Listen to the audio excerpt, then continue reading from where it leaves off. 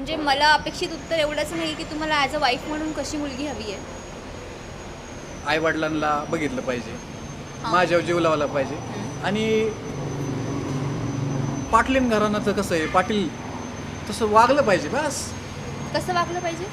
पाटलीनबाईसारखं कसं पण? मस्त आईश पैश वाटलं पाहिजे, गावात असा रुबाबदार पाहिजे. हो का?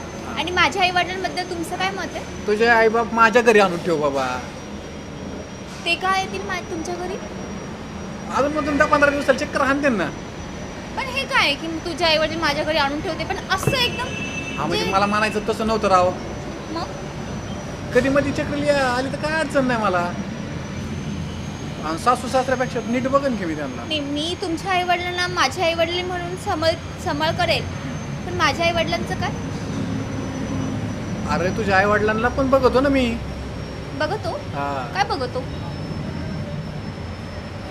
अरे त्यांना बी तुझ्या आईबापा माझ्या आईबापासारखं बघतो असं म्हणलं मी.